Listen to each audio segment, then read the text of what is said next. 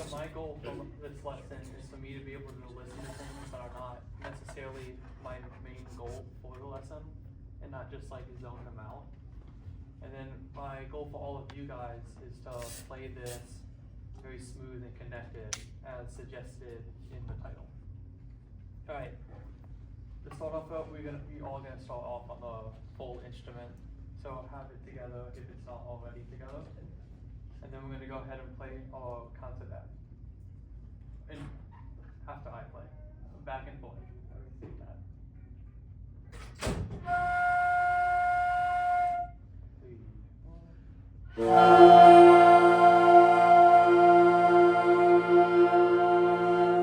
That is very blended together. I'll say that. Very blended and balanced. It's really good.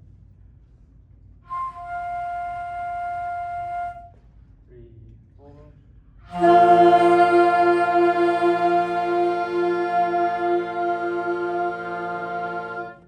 Yeah, very nice, very nice. You guys must have practiced that. That's very on point. Alright, next can we turn to our neighbors and show them the fingering for concert E? You can just turn to the closest person and show them. Because this is something that we often forget how to play. Alright, next.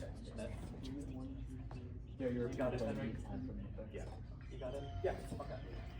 Alright, next let's go ahead and do a back and forth with this.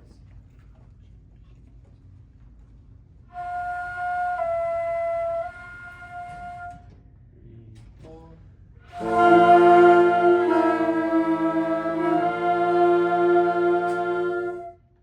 Yeah, that's nice. The change was very good, and I could hear that we all played the correct fingering. So let's do it one more time, and I'll make sure to give you tempo.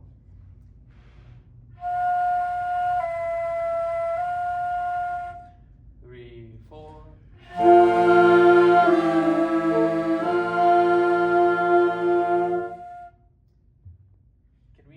I hear just the saxophones do that? 3, 4.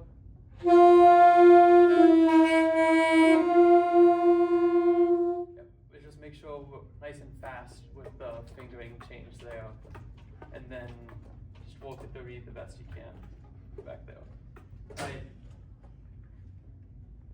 Let's move on to the next part here. We're gonna work our way up like the mini scale, I'd say it.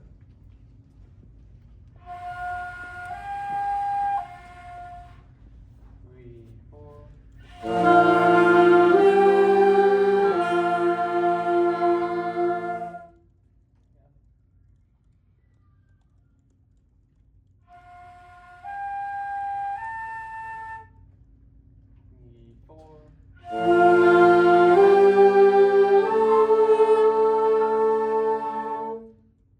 Yep. Please make sure we push enough fast air and get our bottom lip out enough to get those higher pitches to speak clearly.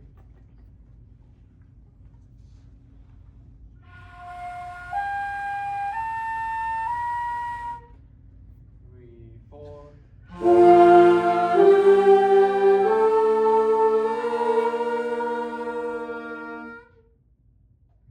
Let's play that one again. Let's give it another shot. 3, 4.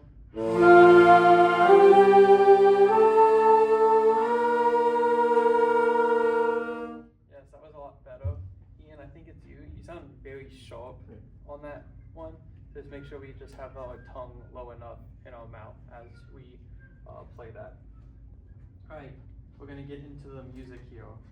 So I'm first gonna, I want you with the first part, or oboe, I want you to work through the fingerings as I talk with the second group here. Alright, second group. This is a lot about F to E changes here. So I'll model it here, and then we'll have you guys play it.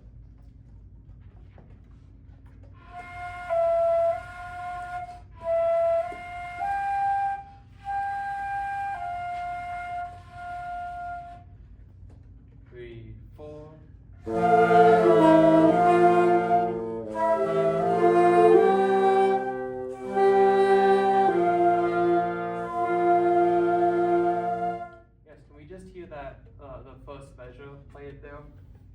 F to E.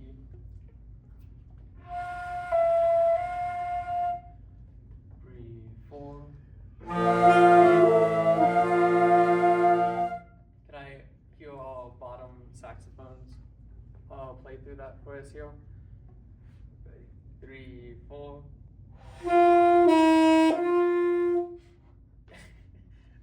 So why is it? Tell me about, you talked about the fingerings already. Yeah. What else is causing those notes to be harder to match on saxophone?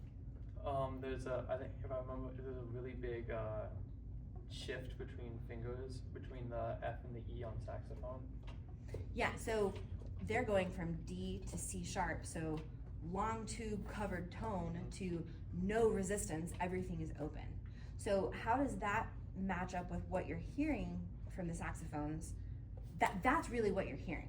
So is that fixable, or is that just the way the instrument works? It might just be the way the instrument is. Okay.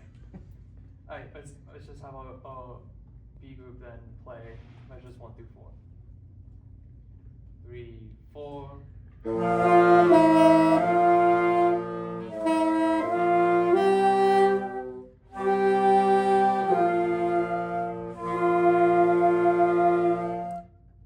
Yeah, I think we were very smooth about things. Only thing I would say is let's try not breathing on that first half note, if possible. Alright, with group 1.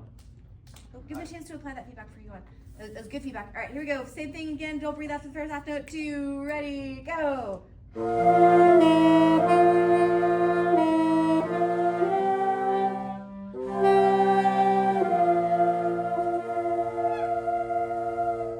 alright.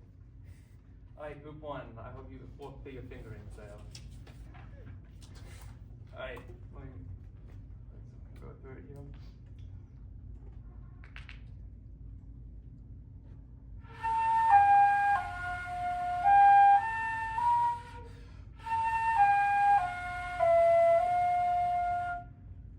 Same thing, don't breathe on that first half note if possible.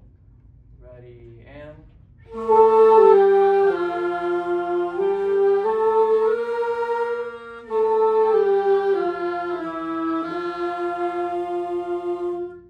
Yes, I loved how smooth and connected those notes sounded. Alright, let's have both groups play it together now. 3, 4.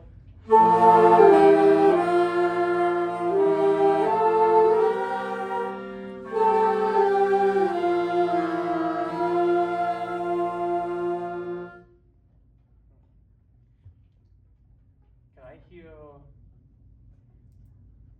Let's play it again. 3, 4.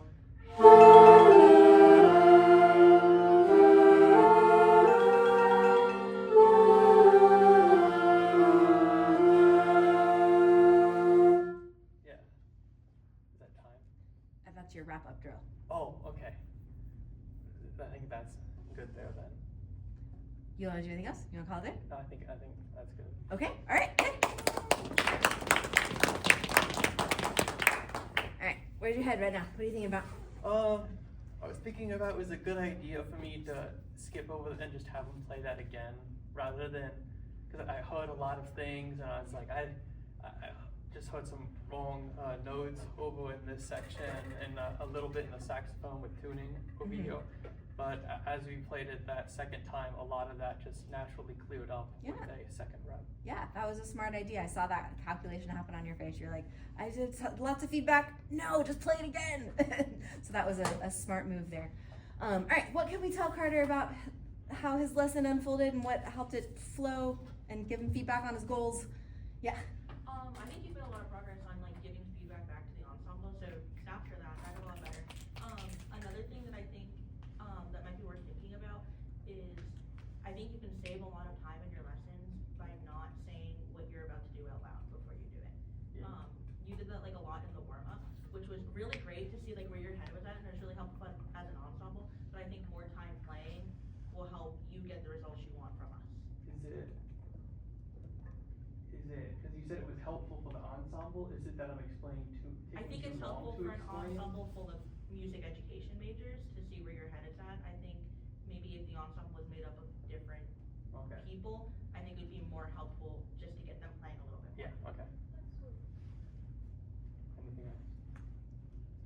I can tell that you were really prepared and you knew kind of what you wanted us to sound like, and I think you made a lot of progress there, that you kind of seemed very clear-headed, so I think that you did a good job with that.